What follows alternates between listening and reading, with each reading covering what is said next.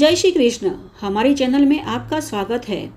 महाशिवरात्रि का पर्व वर्ष में एक बार आता है, जिसके शिव भक्त अत्यंत आतुरता से प्रतीक्षा करते हैं। और अब महाशिवरात्रि का पर्व कुछ ही दिनों में आने वाला है। और जैसे हमने कहा था, इस महापर्व के उपलक्ष्य में हम आपके समक्ष भगवान शिव और माता पार्वती के वैदिक कथाएं लेकर आए हैं। क्योंकि इस महाशिवरात्रि के समय हम जितना भी भगवान शिव और माता पार्वती की आराधना करते हुए उनकी कथा कीर्तन में अपना समय व्यतीत करेंगे, उतना ही हम हमारे आध्यात्मिक जीवन में प्रगति कर सकते हैं, भगवान शिव और माता पार्वती का आशीर्वाद प्राप्त कर सकते हैं। तो चलिए महाशिवरात्रि कथा अध्याय का आरंभ करते हैं और इसे सुनने के लिए अंत तक हमारे साथ जुड़े रहना, जिससे कि इस कथा सत्संग में आप भी पूर्ण रूप से भागीदार हो सके और इस कथा सत्संग में पुण्य फल की प्राप्ति भी कर सके, जिनकी महिमा का वर्णन 18 पुराणों में किया गया है। ऐसे महापुरुष भगवान शिव की महिमा का वर्णन करते हुए स्वयं लोमस महामुनि कहते हैं कि जो भी व्यक्ति शिव यह 2 अक्षरों के नाम का उच्चारण करते रहता है, वह स्वर्ग और मोक्ष दोनों को प्राप्त कर लेता है। इसमें लेश मात्र भी संशय नहीं है। शिवजी की महात्म्य का संपूर्ण वर्णन करना तो किसी के वश में नहीं है। शिवजी ने लोक कल्याण हेतु समुद्र मंथन से निकले हुए विष को अपने कंठ में धारण कर लिया था। तो चलिए आज परम कृपालु शिवजी की महिमा का गान करती हुई एक कथा का ही श्रवण करते हैं। नैमिषारण्य तीर्थ सभी तीर्थों में सर्वश्रेष्ठ और सभी क्षेत्र में उत्तम है। और ऐसे ही पवित्र स्थान पर एक समय प्राचीन काल में शौनक आदि तपस्वी ऋषि मुनियों ने यज्ञ का अनुष्ठान किया था, जो लंबे समय तक चला। अब एक दिन उन सभी महात्माओं के दर्शन की इच्छा से प्रेरित होकर महातपस्वी व्यास शिष्य लोमस मुनि वहां आ पहुंचे। लोमस जी को देखकर वहां उपस्थित सभी ऋषि मुनियों ने एक साथ खड़े होकर उनका स्वागत किया। सभी उन्हें देखकर अत्यंत प्रसन्न हुए और महर्षि लोमस जी को पाद्य और अर्घ्य देकर उनका सत्कार करने लगे। आतिथ्य के बाद लोमस मुनि जी जब आसन ग्रहण करते हैं, तब उन्होंने लोमस जी से शिव धर्म को विस्तार से समझाने की प्रार्थना की। तब लोमस जी ने शिव के उत्कृष्ट महात्म्य का वर्णन करना शुरू किया। लोमस जी ने भगवान शिव जी की महिमा का गुणगान करते हुए कहा, हे मुनि श्रेष्ठ, 18 पुराण भगवान शिव की महिमा का वर्णन करते हैं, अतः पूर्ण रूप से तो शिव जी की महिमा का वर्णन करना किसी के लिए भी संभव नहीं है। जो लोग 2 अक्षर वाले शिव नाम का उच्चारण करते हैं, उन्हें स्वर्ग और मोक्ष दोनों की प्राप्ति होगी, इसमें लेश मात्र भी संदेह नहीं है। महादेव जी देवताओं के संरक्षक और सभी के शासक है। वे अत्यंत उदार है, क्योंकि उन्होंने अपना सर्वस्व दूसरों को दे दिया है, इसीलिए तो उन्हें सर्वा कहा जाता है। जो व्यक्ति सदा कल्याण करने वाले भगवान शिव का पूजन करते हैं, उनकी आराधना करते हैं, वह धन्य है। जिन्होंने दूसरों की रक्षा हेतु विष पान किया, दक्ष का तेज नष्ट किया, काल को जलाया और राजा श्वेत को संकट से बचाया, वह महादेव जी की महिमा का वर्णन कौन कर सकता है। अब लोमस मुनि के मुख से इस प्रकार महादेव जी की महिमा का वर्णन सुनकर ऋषि मुनियों ने पूछा, हे ऋषि, हमें विस्तार से बताए कि भगवान शिव को विषपान क्यों करना पड़ा और किस कारण से शिव जी ने दक्ष के यज्ञ को नष्ट किया था। हम यह सब सुनने के लिए अत्यंत उत्सुक है। अब ऋषि मुनियों की उत्सुकता देखकर लोमस जी कहते हैं, अरे विप्रो, पूर्व काल में परमिष्ट ब्रह्मा जी के अनुरोध पर प्रजापति दक्ष ने अपनी पुत्री सती का विवाह महादेव जी से करवाया था। अब एक दिन दक्ष स्वेच्छा से भ्रमण करते हुए नैमिषारण्य में आ पहुँचे। उसे आता देख वहां उपस्थित सभी ऋषि मुनियों ने उनका सम्मान करते हुए अपने स्थान से खड़े हो गए। सभी देवता और असुरों ने भी दक्ष की स्तुति की और नमस्कार करके उनका सत्कार किया, परंतु भगवान शंकर ने उन्हें प्रणाम नहीं किया। यह देख दक्ष के मन में अत्यंत क्रोध उत्पन्न हुआ और मन में सोचने लगा कि सभी मेरे आगमन से अपने स्थान से खड़े हो गए, मेरा सम्मान करने लगे, किंतु एक शिव ने ही मेरा सम्मान नहीं किया। यह सोचते हुए उनके मन में बड़ा क्रोध उत्पन्न हुआ। वे प्रजापति थे और इसको उन्होंने अपना अपमान समझ लिया और उसी क्षण महादेव जी को कटुवचन बोलने लगे। अरे, ये सभी देवता और असुर भी मेरे चरणों में अपना शीश झुकाते हैं, श्रेष्ठ ब्राह्मण भी मुझे उत्साहपूर्वक प्रणाम करते हैं, परंतु वह शंकर दुष्ट पुरुष की भांति मेरे समक्ष अपना शीश क्यों नहीं झुकाता। वह भूतों का स्वामी है और सदैव भूतों से ही घिरा रहता है, फिर भी वह अपने आप को महान समझता है। इसलिए आज मैं उसे श्राप देता हूँ। हे श्रेष्ठ ब्राह्मणों, मेरा वचन सुनो और उसका पालन करो। आज से मैं इस रुद्र को यज्ञ से बहिष्कृत करता हूँ। अब दक्ष की ऐसी कठोर वचन सुनकर नंदी अत्यंत क्रोधित होते हुए बोले, अहो मेरे प्रभु को यज्ञ भाग से वंचित कर दिया।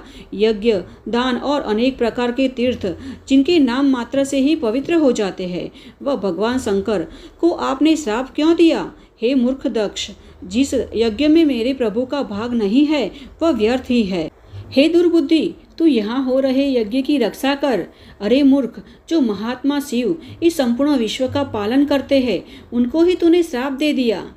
अब इस प्रकार नंदी को क्रोधित देखकर महादेव जी ने नंदी से कहा, हे महावते, आपको ब्राह्मण पर कभी भी क्रोध नहीं करना चाहिए। मैं ही यज्ञ हूँ और यज्ञ कराने वाला यजमान और आचार्य भी मैं ही हूँ। संपूर्ण यज्ञ का अंग भी मैं ही हूँ। अतः मैं यज्ञ से हमेशा रत रहता हूँ। कोई भी मुझे श्राप देकर यज्ञ से बहिष्कृत नहीं कर सकता। इस प्रकार सर्वव्यापी होने के कारण मैं किसी के भीतर नहीं हूँ, किसी सीमा से बंधा नहीं हूँ। इस दृष्टि से देखते हुए मैं हमेशा सभी यज्ञ से बाह्य हूँ। अब भगवान शंकर के समझाने पर महातपस्वी नंदी ने विवेक का आश्रय लिया और शांत होकर भगवान शिव के द्वारा किए गए सत्संग से परमानंद में मग्न हो गए। अब दूसरी ओर ऋषि मुनियों से घिरा हुआ दक्ष भी अत्यंत क्रोधित होकर अपने स्थान पर बैठ गया, किंतु भगवान शिव ने प्रणाम नहीं किया। वह बात को वह भूला नहीं सका और वारंवार शिव जी के द्वारा किए गए अपमान को याद कर क्रोध की अग्नि में जलते रहा। इतना ही नहीं, उसने भगवान शिव के प्रति अपनी जो श्रद्धा थी वह भी खो दी और शिव जी के उपासकों की निंदा करने लगा। अब कुछ समय पश्चात दक्ष ने भी एक महान यज्ञ का आयोजन किया, जिसमें बड़े बड़े ऋषि मुनियों को आमंत्रित किया गया। यज्ञ में वशिष्ठ आदि अनेक महर्षि आए।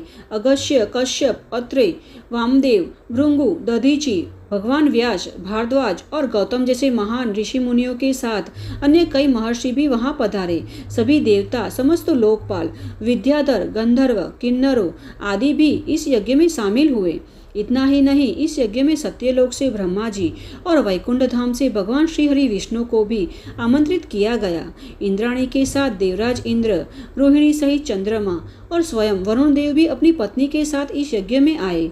कुबेर जी पुष्पक विमान पर, मृग पर वायुदेव और नेतृत्व कोण के अधिपति भगवान नेतृत्व भी प्रेत के कंधे पर बैठकर आए। इस प्रकार सभी दक्ष की यज्ञशाला में उपस्थित हो गए। दक्ष ने भी प्रसन्नता पूर्वक सभी का आदर सत्कार किया। विश्वकर्मा द्वारा निर्मित अनेक दिव्य महल जो कीमती साधन सामग्री से सुसज्जित किए गए थे और जो प्रकाशित हो रहे थे, उन्हीं महलों में दक्ष ने अपने मेहमानों को उपयुक्त आवास प्रदान किया। अब सभी अतिथियों का आदर सत्कार करने के पश्चात दक्ष ने अपना महायज्ञ कनखल तीर्थ में प्रारंभ किया और भृगु आदि तपोधनों द्वारा दक्ष ने अनेक प्रकार के अद्भुत और मंगलाचार संपन्न करके दक्ष ने वही यज्ञ की दीक्षा ली। दक्ष के साथ उनकी पत्नी भी यहाँ यज्ञ में बैठी थी। ब्राह्मणों द्वारा स्वस्तिक वाचन भी करवाया गया। अब अपने मित्र और परिवारों से घिरे हुए दक्ष उस समय अपने बढ़े हुए महत्व के कारण विशेष प्रभावशाली दिख रहे थे। उस समय महर्षि दधीचि ने दक्ष से कहा, प्रजापति, ये सभी देवता, महान ऋषि और लोकपाल भी आपके यज्ञ मंडप में प्रवेश कर चुके हैं। फिर भी पिनाक पानी महात्मा शंकर बिना यह यज्ञ अधूरा लग रहा है, जिनके बिना मंगल भी अमंगल हो जाता है और त्रिनेत्रधारी भगवान के सानिध्य मात्र से ही अमंगल भी शीघ्र मंगलकारी हो जाता है। वे अब तक यहाँ क्यों नहीं दिख रहे? हे दक्ष, अब तुम्हें भगवान विष्णु तथा इंद्र के साथ जाकर परमेश्वर महेश्वर का आवाहन करना चाहिए। महायोगी शंकर की उपस्थिति से यह सब कुछ पवित्र हो जाएगा, जिनके स्मरण मात्र से और जप करने से सब कुछ शुभ हो जाता है। दधीचि की यह बात सुनकर दक्ष क्रोधित हो गए, किंतु अपने क्रोध को हंसी के पीछे छुपाते हुए तुरंत ही बोले, हे महर्षि, सभी देवताओं की जड़ भगवान विष्णु है। उनमें साक्षात धर्म निवास करता है, जिनमें संपूर्ण वेद, यज्ञ तथा नाना प्रकार के सत्कर्म भी प्रविष्ट होते हैं। वही भगवान विष्णु का तो यहाँ आगमन हो चुका है। लोक पितामह ब्रह्मा जी भी सत्यलोक से आ गए हैं। इनके साथ सभी वेद, उपनिषद और विभिन्न प्रकार के शास्त्र यानी आगम भी यहाँ उपस्थित है। इसी प्रकार आप जैसे निष्पापी महर्षि भी आए हैं। यज्ञ कर्म के योग्य, शांत और सदाचारी सभी महात्मा भी यहाँ आए हैं। आप सभी महर्षि वेदों और उनके तत्व रस के ज्ञाता है। आप सभी दृढ़ता पूर्वक व्रत का पालन करने वाले हैं और जब आप सब यहाँ उपस्थित है तो रुद्र का यहाँ क्या काम? हे ब्राह्मण, अब आप सब मिलकर मेरे इस महान यज्ञ को सफल बनाए। अब दक्ष के मुख से ऐसी भगवान शिव की अवगणना सुनकर दधीचि ने कहा, श्रेष्ठ मुनियों और शुद्ध हृदय वाले देवताओं के समूह, जहाँ भगवान शिव को निमंत्रित नहीं किया गया वहाँ मैं एक क्षण भी नहीं रुक सकता। यह घोर अन्याय है। महात्मा शंकर के बिना इस यज्ञ में तत्काल भारी व्यवधान उत्पन्न होने वाला है। अब इतना कहकर महर्षि दधीचि उसी क्षण अकेले ही दक्ष की यज्ञशाला से निकलकर अपने आश्रम में चले गए। उनके जाने के पश्चात दक्ष ने मुस्कुराते हुए बोला, हे ब्राह्मण, दधीचि शंकर के प्रिय है, इसीलिए वे यहाँ से चले गए, किंतु आप सभी भी वैदिक सिद्धांतों में रत नहीं है। भगवान विष्णु आप सभी के आगेवान है। अब तुरंत आप सभी मिलकर मेरे यज्ञ को सफल कीजिए। अब दक्ष की बातें मानकर उन सभी ऋषियों ने वहां देव यज्ञ का आरंभ कर दिया।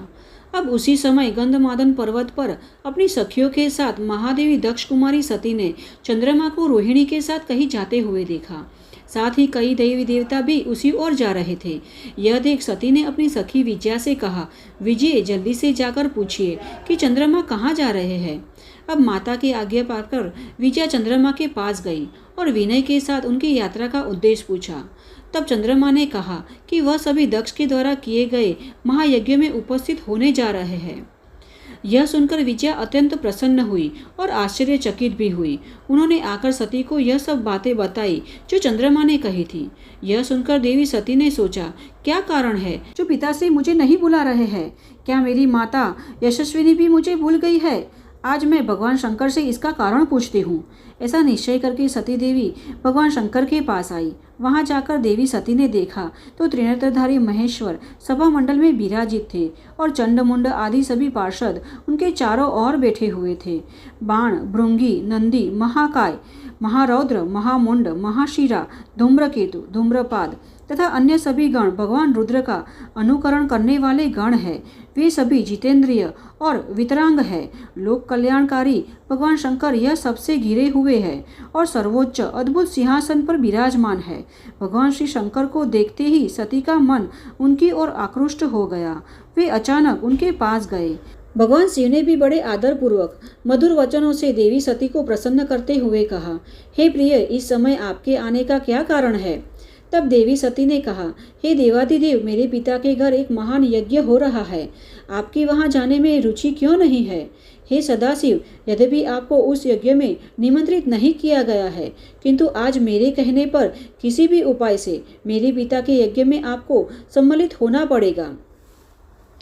अब सती के वचन सुनकर महादेव जी ने मधुर वाणी से कहा, हे कल्याणी, आपके पिता की दृष्टि में आदरणीय देवता, असुर और किन्नर आदि सभी लोग उस यज्ञ में पहुंच गए हैं।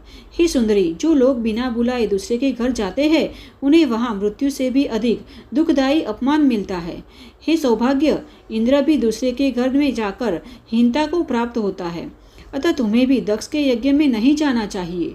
भगवान शंकर के इस प्रकार कहने पर सती ने अपने पिता के प्रति क्रोध प्रकट करते हुए एक शब्द कहा, हे नाथ, जिनके द्वारा संपूर्ण यज्ञ सफल होता है वह सभी देवताओं के स्वामी तो आप ही है। हालांकि आपको मेरे दुष्ट पिता ने आमंत्रित नहीं किया था। मैं जानना चाहती हूँ कि उस दुष्ट आत्मा के मन में आपके प्रति सद्भावना है या द्वेष। उसके लिए मैं इसी क्षण अपने पिता के यज्ञ मंडप में जा रही हूँ। हे देवादिदेव, जगतपते, मुझे वहां जाने की आज्ञा दीजिए। अब देवी सती की हट के समक्ष महेश्वर कुछ ना कर पाए और थक हार कर महेश्वर ने कहा, हे उत्तम व्रतों का पालन करने वाली देवी, यदि ऐसी बात है तो इस नंदी पर बैठकर प्रथम गणों को साथ लेकर तुरंत वहां प्रस्थान करो। मैं आज्ञा देता हूँ। अब भगवान शिव की आज्ञा से 8000 रुद्रगण सती के साथ गए। उन गणों से घिरी हुई देवी ने अपने पिता के घर की ओर प्रस्थान किया। जब देवी सती अपने पिता के घर गई तब सभी बातों का विचार करते हुए भगवान महेश्वर ने अपने मुख से यह वचन कहा, दक्ष पुत्री सती अपने पिता से अपमानित होकर वापस घर नहीं आएगी। तो चलिए आज की कथा को हम यहीं पर आराम देते हैं और अब आगे क्या होगा यह हम देखेंगे इस कथा के अगले अध्याय में। तो इसे सुनने के लिए इस चैनल को तुरंत ही सब्सक्राइब कर लेना और नोटिफिकेशन बटन को भी ऑन रखना, जिससे कि आप बिना मिस किए यह कथा संपूर्ण रूप से सुन सके। और हाँ, अगर आपको हमारे द्वारा सुनाई जा रही यह वैदिक कथा अच्छी लगती है तो इसे एक लाइक अवश्य करना और अपने मित्र और परिवार में भी जो हमारे इस कथा सत्संग में जुड़ना चाहते हैं, उन्हें भी यह कथाएं शेयर करना, जिससे कि वे भी इस कथा सत्संग का लाभ उठा सके।